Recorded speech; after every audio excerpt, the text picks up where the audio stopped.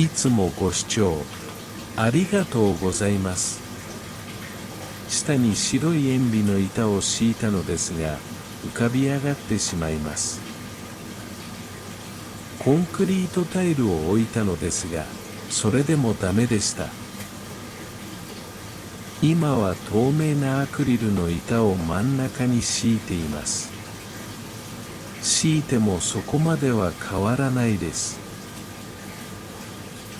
ここからセミやバッタをあげています。